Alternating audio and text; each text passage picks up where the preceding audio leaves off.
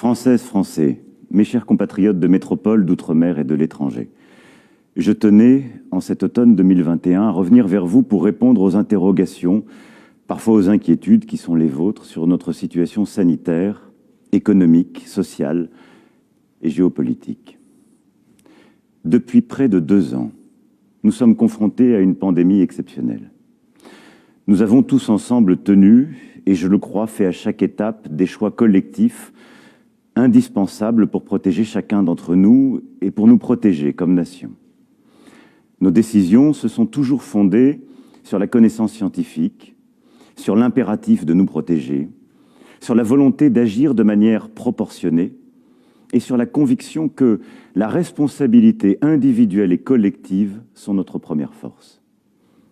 C'est cela qui nous a conduits à décider à 2 reprises d'un confinement, quand il le fallait, au printemps puis à l'automne 2020. Ensuite, à tenir bon avec un couvre-feu et des règles adaptées à chaque territoire au début de cette année 2021, alors que beaucoup de nos voisins fermaient tout. Nous avons, depuis le début de cette année 2021, pu disposer de vaccins, en acheter puis en produire. L'Union européenne a ainsi produit plus de 2 milliards de doses de vaccins durant cette année, soit plus qu'aucune autre puissance du monde. S'agissant de la France, depuis la première vaccination en décembre 2020, nous avons injecté en 10 mois plus de 100 millions de doses. 51 millions d'entre vous sont aujourd'hui complètement vaccinés, ce qui fait de nous l'un des pays du monde les mieux protégés.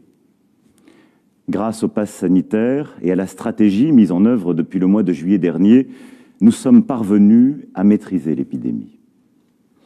En rappelant ces choix et nos résultats, j'ai en cet instant une pensée à la fois respectueuse et émue pour tous nos compatriotes qui ont disparu et pour leurs familles. Et je veux à nouveau remercier nos soignants, nos volontaires, nos associations, toutes celles et ceux qui ont contribué à tous ces efforts. Pour autant, nous n'en avons pas terminé avec la pandémie. D'abord, parce que des dizaines de milliers de nos compatriotes sont touchés par ce qu'on appelle le Covid long, dont les symptômes, qui sont la perte de goût, d'odorat, l'épuisement, la dégradation de la santé mentale, font l'objet d'une prise en charge spécifique. Ensuite, parce que nous le savons, il nous faudra vivre avec le virus et ses variants jusqu'à ce que la population mondiale dans son ensemble soit immunisée. Et c'est pour cela que, d'ailleurs, dès le début de la pandémie, la France s'est engagée pour donner des doses aux pays les plus pauvres et les pays en voie de développement. Nous sommes au rendez-vous de cette solidarité internationale et nous continuerons de le faire. Nous n'en avons pas terminé parce qu'à court terme, l'Organisation mondiale de la santé le dit, la 5e vague a commencé en Europe. Au Royaume-Uni et en Allemagne, plus de 30 000 nouveaux cas supplémentaires sont enregistrés chaque jour. Et si, grâce à vos efforts, la situation en France est plus favorable, l'augmentation de 40% en une semaine de notre taux d'incidence et la remontée des hospitalisations sont des signaux d'alerte. De même que la situation dans certains territoires d'outre-mer, où la vaccination demeure encore insuffisante dans bien des cas et qui ont beaucoup souffert ces derniers mois. Je veux ici leur dire à nouveau la solidarité nationale et leur dire que tout continuera d'être fait comme depuis le début de la crise. Tout cela doit nous conduire à la plus grande vigilance et nous pousser à agir. Parce que nous avons fait le nécessaire pour nous protéger, nous pouvons continuer à maîtriser la situation si chacun d'entre nous prend sa part. Mon premier message est ainsi un appel à l'esprit de responsabilité des 6 millions d'entre vous qui n'ont encore reçu aucune dose de vaccin. Vaccinez-vous. Vaccinez-vous pour vous protéger. La vaccination est ouverte à tous, sauf aux enfants de moins de 12 ans. Je rappelle qu'une personne vaccinée a 11 fois moins de chances de se retrouver à l'hôpital, en soins critiques. Je rappelle aussi que des milliards d'individus sur la planète ont déjà eu le vaccin et que nous avons maintenant déjà un certain recul. Vaccinez-vous pour pouvoir vivre normalement. Avec le vaccin, il vous sera possible d'obtenir un pass sanitaire et ainsi de vous rendre librement dans les cafés, les restaurants, les lieux de culture, de sport, de loisirs, sans test PCR. Être libre dans une nation comme la France implique d'être responsable et solidaire. Je compte donc sur vous. Face au regain de l'épidémie, les plus vulnérables sont nos aînés et ceux qui souffrent d'obésité, de maladies cardiovasculaires, de maladies respiratoires ou de diabète sévère. Toutes les études montrent en effet que 6 mois après le vaccin, l'immunité diminue et donc que le risque de développer une forme grave réaugmente. La solution à cette baisse d'immunité est l'injection d'une dose de vaccin supplémentaire, ce qu'on appelle le rappel. Une campagne a été lancée depuis la fin de l'été pour tous les plus de 65 ans et les plus fragiles. Il nous faut aujourd'hui l'accélérer. Si vous avez été vacciné il y a plus de 6 mois, je vous appelle à vous protéger en prenant rendez-vous dès maintenant auprès d'un centre de vaccination, de votre médecin ou de votre pharmacien. Il est possible de faire ce rappel en même temps que le vaccin contre la grippe. À partir du 15 décembre, il vous faudra justifier d'un rappel pour prolonger la validité de votre passe sanitaire. Les personnes qui ont moins de 65 ans voient aussi la protection conférée par le vaccin diminuer au fil du temps. D'ailleurs, au moment où je vous parle, plus de 80% des personnes en réanimation ont plus de 50 ans. C'est pourquoi une campagne de rappel sera lancée à partir du début du mois de décembre pour nos compatriotes âgés de 50 à 64 ans. Nous avons saisi les autorités scientifiques afin qu'elles puissent nous indiquer dans les tout prochains jours les modalités pratiques et les échéances à suivre. De la même manière que nous avions d'ailleurs organisé, vous vous en souvenez sans doute, durant le premier semestre, la campagne de vaccination. Le vaccin, pour efficace soit-il, ne suffit pas. Dans ce contexte de reprise épidémique, il nous faut en même temps redoubler de vigilance. Tous les assouplissements, à un moment envisagés, seront donc reportés pour conserver les règles actuellement en vigueur. Même si je sais combien cela est difficile, le port du masque à l'école sera donc pour le moment maintenu. L'application des gestes barrières, qui protègent autant contre le Covid-19 que contre les maladies contagieuses de l'hiver, doit aussi faire l'objet d'une attention accrue.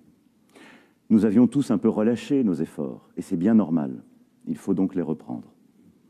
Les contrôles pour l'application du pass sanitaire dans les établissements concernés et pour les entrées dans les ports, les aéroports, les gares seront renforcés. Et nous continuerons, comme nous avons toujours fait, à adapter nos décisions territoire par territoire en fonction de l'évolution de l'épidémie. C'est donc grâce à la vaccination, au pass sanitaire, aux gestes barrières, que nous pourrons continuer de vivre, ne pas restreindre d'autres libertés et ne pas refermer des activités. Enfin, c'est parce que la France a très tôt misé sur la recherche sur les traitements et que nous avons su en commander très en amont que nous bénéficierons d'une nouvelle arme pour lutter contre le virus, avec l'arrivée dès la fin de l'année des premiers traitements réellement efficaces contre les formes graves de Covid-19. Durant toute cette période, notre nation s'est toujours attachée à protéger chacun d'entre nous, sur le plan éducatif, économique et social. Nos enfants, nous avons été l'un des pays du monde qui a le plus ouvert ses écoles. Nos jeunes, nous avons accompagné les étudiants avec le repas à 1 € et des aides spécifiques pour les boursiers. Les plus précaires, grâce à une politique d'hébergement social inédite et aux aides exceptionnelles versées, nous avons évité à près d'1 demi-million de nos compatriotes de basculer dans la pauvreté. Nos artistes, artisans, indépendants, salariés, entrepreneurs ont été accompagnés avec le chômage partiel, les prêts garantis par l'État, le fonds de solidarité et de nombreuses aides sectorielles. Nous continuons et continuerons d'adapter nos réponses en fonction des besoins. C'est pourquoi, par exemple, les prêts garantis par l'État seront prolongés jusqu'en juin 2022. Nous avons aussi soutenu nos soignants qui ont tant donné durant la crise et éprouvent aujourd'hui une légitime fatigue. Ils ont été augmentés de 200 à 400 € net par mois en moyenne. 500 établissements hospitaliers vont être restaurés. Des milliers de maisons de retraite rénovées grâce à un effort sans précédent de 19 milliards d'investissements partout sur le territoire. Ces mesures, qui s'ajoutent à beaucoup d'autres, comme la fin du numerus clausus pour les médecins ou l'augmentation du nombre de postes d'infirmiers, font que jamais, depuis la création de la sécurité sociale, nous n'avions autant investi dans la santé. Il le fallait. Il le fallait après des décennies d'abandon, de sous-investissement. Mais il reste, je le sais, encore beaucoup à faire. Cette stratégie du quoi qu'il en coûte, couplée aux 100 milliards du plan de relance que nous avons décidé grâce à notre initiative européenne, non seulement nous a permis de résister à la crise, mais de rebondir plus fort aujourd'hui. Notre croissance dépasse les 6%. La France est en tête des grandes économies européennes. Le chômage est au plus bas depuis près de 15 ans. Et nous sommes l'un des seuls pays du monde où le pouvoir d'achat a continué à progresser en moyenne et où la pauvreté n'a pas augmenté. Nous avons réussi tout cela en maîtrisant nos dépenses publiques, puisque notre déficit sera inférieur à 5% de notre produit intérieur brut dès cette année. Tout cela, c'est le fruit de nos choix collectifs. Et c'est aujourd'hui encore que nous devons prendre de nouvelles décisions pour rester maîtres de nos vies comme citoyens et maîtres de notre destin comme nation pour les années qui viennent.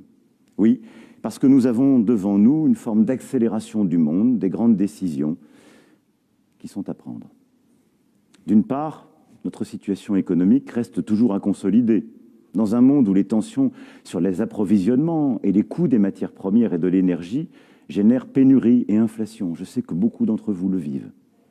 D'autre part, parce que nous ne devons pas viser seulement 7% de chômage, mais bien le plein emploi. Nous sommes en train progressivement tous ensemble de réussir, de faire en sorte que chaque Française, chaque Français puisse par son travail construire sa vie, mener à bien ses projets. Notre économie crée des emplois comme jamais, au point que dans des secteurs comme la restauration, les bâtiments, travaux publics, les services, l'artisanat ou l'industrie, tous les entrepreneurs me disent peiner à recruter aujourd'hui. Au moment où 3 millions de nos compatriotes se trouvent encore au chômage, cette situation heurte le bon sens. Pour la dépasser, pour faire en sorte que toutes les offres d'emploi soient pourvues, nous devons agir sur tous les fronts. Depuis 4 ans, le travail paye mieux, avec l'augmentation de la prime d'activité de 100 € au niveau du SMIC, avec la défiscalisation des heures supplémentaires et des pourboires, avec les baisses d'impôts inédites. Par rapport au début du quinquennat, c'est au minimum 170 € de pouvoir d'achat par mois en plus pour les bas salaires. Il faudra dans les années à venir poursuivre ces choix et financer notre modèle social en taxant moins le travail, encore. Nous avons aussi beaucoup formé. Avec 15 milliards d'euros mobilisés depuis 2017, jamais autant de moyens n'avaient été engagés pour la montée en compétences des moins diplômés et des demandeurs d'emploi. Pour notre jeunesse aussi, nous avons déployé un effort spécifique avec la réforme de l'apprentissage et de l'alternance, atteignant en ce moment même des chiffres records et grâce au plan « Un jeune, une solution ». Nous avons aidé 3 millions de jeunes à trouver une formation ou un emploi ou un accompagnement. Ce qui fait qu'au moment où je vous parle, le taux de chômage pour les jeunes est au plus bas depuis plus de 15 ans. Pour les 500 000 jeunes sans emploi et les moins qualifiés, j'ai annoncé dans la lignée de ce que je vous avais dit le 12 juillet dernier, le lancement pour le 1er mars prochain du contrat engagement jeune. Un contrat et non un revenu, parce qu'aux droits que nous ouvrons, à savoir 20 heures de suivi intensif, une allocation pouvant aller jusqu'à 500 €, correspondent des devoirs. Un devoir d'assiduité, devoir de suivre les formations proposées et de s'engager pleinement. Plus largement, pour que le travail permette de vivre dignement et paie toujours davantage que l'inactivité, nous conduisons en ce moment même une indispensable réforme de l'assurance chômage. Depuis 1 mois, les règles ont commencé à changer pour rendre la reprise du travail plus attractive dans tous les cas. Et à partir du 1er décembre de cette année, une nouvelle étape va s'engager. Il faudra avoir travaillé au moins 6 mois dans les 2 dernières années pour pouvoir être indemnisé. Alors qu'aujourd'hui, les droits au chômage sont ouverts au bout de 4 mois de travail. Enfin, Pôle emploi passera en revue les centaines de milliers d'offres d'emploi disponibles sans réponse dès les prochaines semaines. Les demandeurs d'emploi qui ne démontreront pas une recherche active verront leurs allocations suspendues. Le 12 juillet dernier, j'avais évoqué devant vous la nécessaire réforme des retraites. la situation sanitaire que nous vivons et qui est en train de se dégrader partout en Europe, le souhait unanime exprimé par les organisations syndicales et professionnelles de concentrer les efforts sur la reprise, le besoin de concorde dans ce moment que vit notre nation, font que les conditions ne sont pas réunies pour relancer aujourd'hui ce chantier.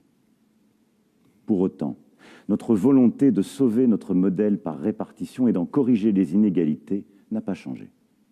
Ce 1er novembre, la retraite minimale pour les agriculteurs, qui est attendue depuis si longtemps, est entrée en vigueur. Et dès 2022, il faudra, pour préserver les pensions de nos retraités et la solidarité entre nos générations, prendre des décisions claires. Elles feront légitimement l'objet de débats démocratiques indispensables. Mais elles devront suivre, à mes yeux, des principes simples.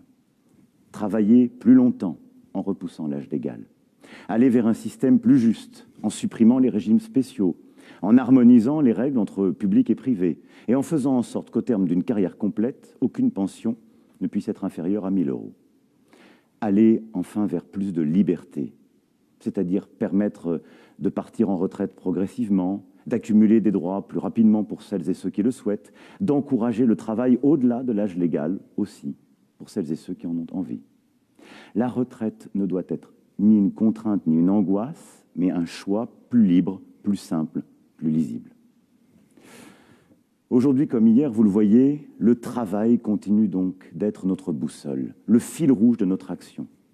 Non seulement parce que, pour chacun d'entre nous, c'est le travail qui nous permet de créer des liens, d'augmenter notre pouvoir d'achat, de progresser tout simplement dans la vie, en accédant à la propriété, en protégeant notre famille, nos proches, en concrétisant nos projets.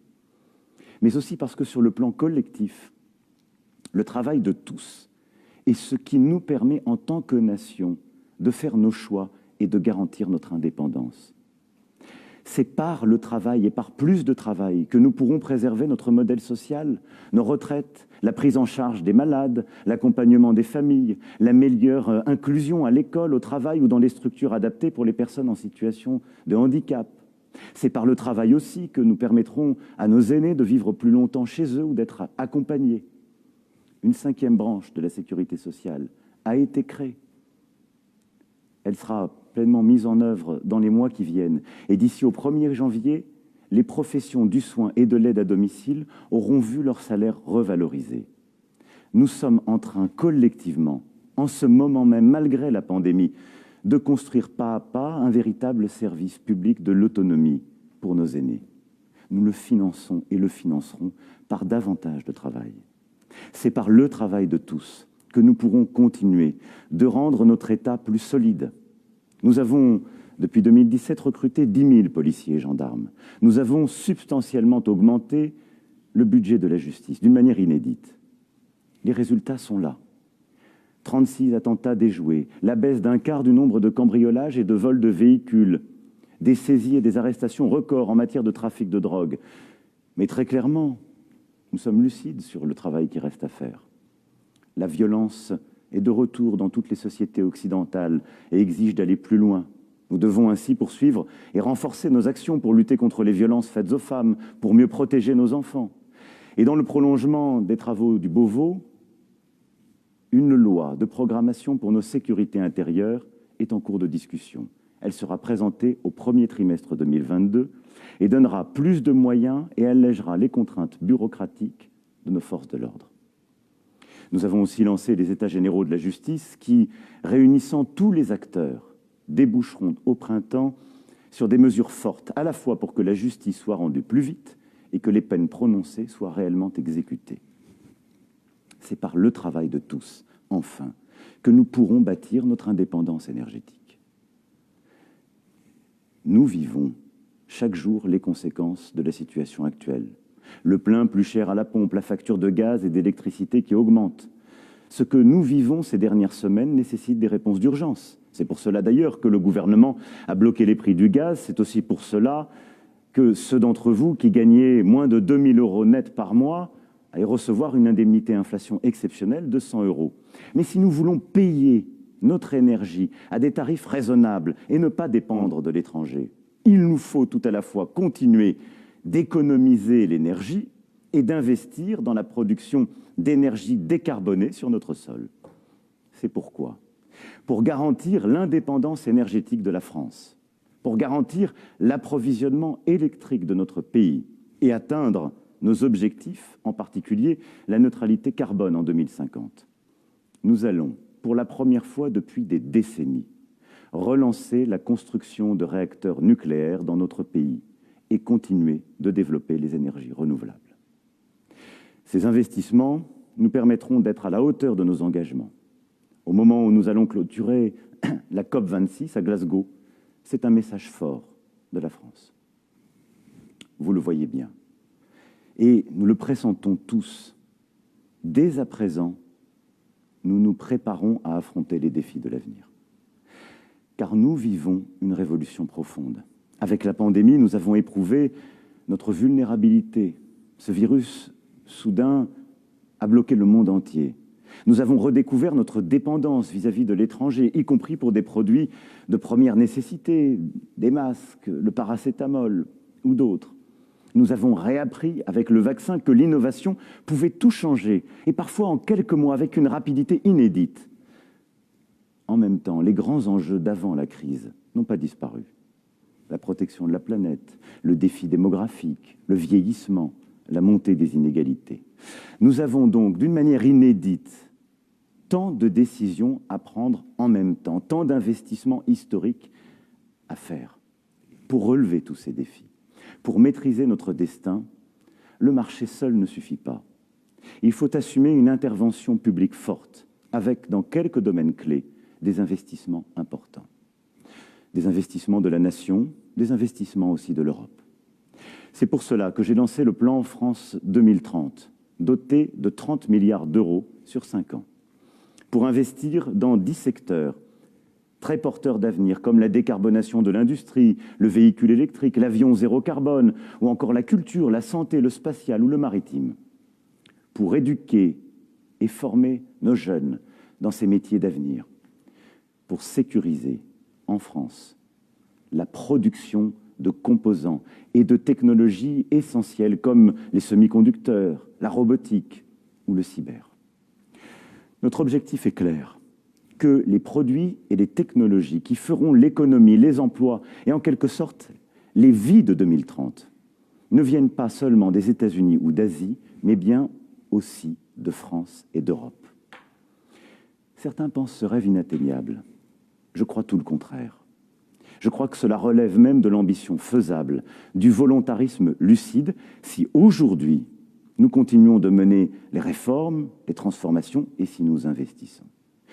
Oui, la France a les moyens de conforter ses positions de grande puissance éducative, industrielle, agricole, d'innover, de créer et produire en tenant nos objectifs climatiques et de biodiversité, si nous investissons, si nous levons les freins à l'action, les complexités inutiles et les corporatismes. Mais la France ne sera pas forte seule. Les enjeux sont tels dans le choc des puissances continentales qui se déploient sous nos yeux que seule une entente européenne, solidaire et volontaire, peut apporter à chacun de nos pays européens un relais et une force de frappe. Il suffit d'ouvrir les yeux pour mesurer combien nos intérêts se rencontrent et s'accordent. C'est dans ce contexte du choc des puissances américaines, chinoises, russes et de déstabilisation de nombreuses zones du monde que notre pays aura, dans 2 mois, la charge de présider l'Union européenne. Car les orientations de l'Union ne sont pas lointaines ou évanescentes. Elles sont même la trame de nos vies et des années qui viennent. Sans l'Union européenne, nous n'aurions pas si vite disposé du vaccin. Nos partenaires ne sont pas des étrangers. Sur ce continent qui nous a été donné par le destin, ils sont confrontés aux mêmes vagues, aux mêmes orages que ceux que nous rencontrons. C'est donc avec eux que nous tâcherons, dans les prochains mois, de mieux affronter les défis qui sont les nôtres. Ensemble, de mieux protéger nos frontières extérieures. Ensemble, de continuer à rebâtir avec l'Afrique une relation de paix, de stabilité et de croissance. Ensemble, de mieux réguler les géants du numérique. Ensemble, de bâtir une stratégie crédible de réduction de nos émissions de CO2 compatible avec notre souveraineté industrielle, technologique. Ce nouveau modèle d'investissement et de croissance auquel je crois pour la France et pour l'Union européenne est celui que je défendrai en votre nom dès janvier prochain, en prenant la présidence de l'Union. Mes chers compatriotes, nous avons surmonté ensemble ces derniers mois une conjonction inédite de crises. La pandémie, ses conséquences, le terrorisme, les désordres géopolitiques et j'en passe. J'ai tâché à la cavalcade de retranscrire tout ce que nous sommes en train de faire et ce qu'il convient de conduire pour les mois à venir. Mais durant tous ces mois, nous sommes restés soudés, fidèles à ce que nous sommes, profondément humains. Alors je vois bien, je sens bien, j'entends bien l'incertitude, les doutes, parfois la fatigue, quelquefois la colère quand je viens à votre rencontre qui se manifeste. La période est difficile, pour beaucoup d'entre vous angoissante. Mais regardez ce que nous avons réussi durant ces derniers mois, en agissant ensemble, unis. Nous avons réussi l'impensable.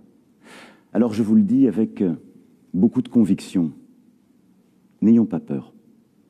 Croyons en nous, croyons en la France, en une France qui reste elle-même forte de son histoire, de sa culture, de sa langue, de sa laïcité, de ce qui l'unit, forte de son esprit de résistance à la dilution dans un monde qui va, à la soumission, aux dogmes, aux obscurantismes, au retour du nationalisme, forte de sa volonté d'embrasser l'avenir et de continuer d'assumer sa part d'universel.